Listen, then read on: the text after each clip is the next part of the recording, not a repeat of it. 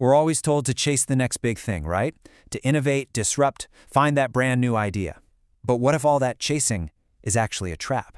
What if our obsession with new has a hidden and incredibly high cost? I mean, it's the question we're all programmed to just say yes to, without even thinking. But today, we're going to press pause. We're going to challenge that assumption, and we're going to use some hard data to see what this obsession with novelty is really costing us, not just in money, but in our own well-being.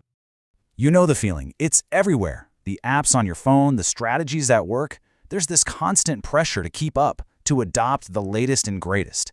It feels like this giant race, and nobody, and I mean nobody, wants to get left behind.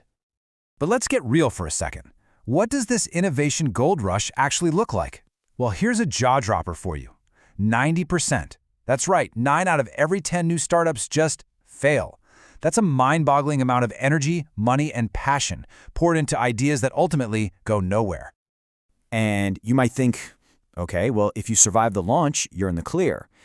Not exactly. The danger zone actually gets more intense. 70% of new businesses that make it past the first year end up failing between year 2 and year 5.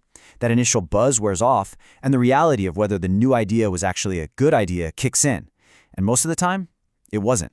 Now, not every startup needs millions, but the average cost just to get an idea off the ground is about $3,000. Now, just imagine that. Multiply that by the tens of thousands of ventures that go under every single year. It is a staggering drain of resources, all for the sake of trying something new. And here's the kicker. These failures aren't just random bolts of lightning. Look at this. A full third of them fail because of poor product-market fit. In plain English, they built something nobody actually wanted or needed. So much of this waste comes from really basic miscalculations, not bad luck. Okay, so the financial waste is huge. We get that. But that's only half the story. The relentless pressure to adopt every new tool, to constantly adapt, it takes a serious toll on us, on our mental health. And yep, there's a name for it. Technostress. It's that very specific strain you feel from the never-ending parade of new software, new platforms, new updates. It's that constant nagging feeling that you're falling behind or that you might become obsolete. We've all been there. And you can see a really clear chain reaction here. Step 1, a new technology, let's say AI, gets rolled out at work. That puts a new demand on everyone. Step 2, that new demand directly cranks up job stress. And step 3, when that stress just sits there, unmanaged, day after day, it leads straight to burnout, total exhaustion. And this isn't just a theory. The research is crystal clear. Check out this quote. It basically says AI itself isn't the villain that causes burnout. The real problem is the job stress that the AI creates. It's the bridge between the new tech and the burnout. So the issue isn't really the tool.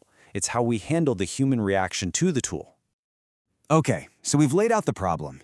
Chasing new for the sake of new wastes a ton of money and completely fries our circuits. So what's the answer? Well, it's not to just reject everything new. It's about finding a smarter, more balanced approach. A strategic middle way.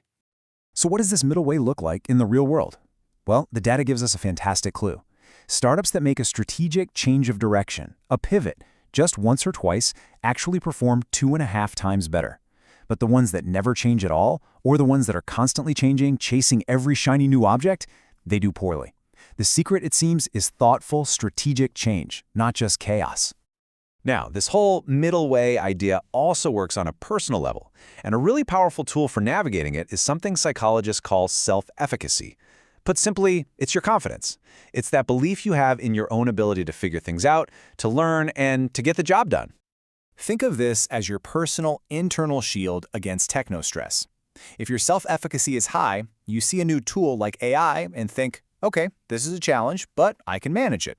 That belief weakens the link between the new tech and the stress it causes. But if your self-efficacy is low, that same AI tool feels like this huge, overwhelming threat, which makes the stress and burnout so much worse.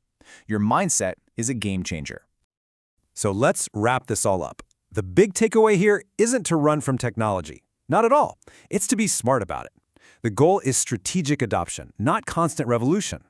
Before you or your company jumps on that next bandwagon, you have to ask, what's the real value here? Is it actually worth the cost in money and, more importantly, in human energy?